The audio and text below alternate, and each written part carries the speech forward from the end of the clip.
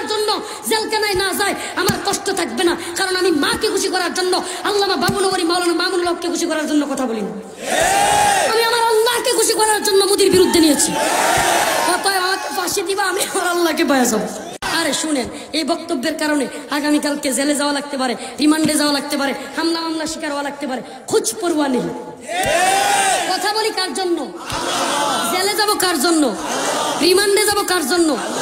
আরে আমি রফিকুল ইসলাম আল্লাহর কসম করে বলি, আমার আল্লাহর জন্য এমনি ভাবে কথা বলি, ইসলামের জন্য এমনি ভাবে কথা বলি, সত্য এমন ভাবে কথা বলতে চাই, সেই কথার কারণে যদি হামলা করে, মামলা হয়, রিমান্ডে নেয়, আর কোন বাংলাদেশের কি বলে আল্লামা বাবুনগরী মাওলানা মামুনুল হক সাহেবরাও যদি বিবৃতি না দেয় যে রফিকুল ইসলামকে ছেড়ে দেওয়া হোক, আমার মাও যদি আমার জন্য জেলখানায় না যায় আমার কষ্ট থাকবে না, কারণ আমি মাকে খুশি করার জন্য, আল্লামা বাবুনগরী মাওলানা মামুনুল হককে খুশি করার জন্য কথা বলি না।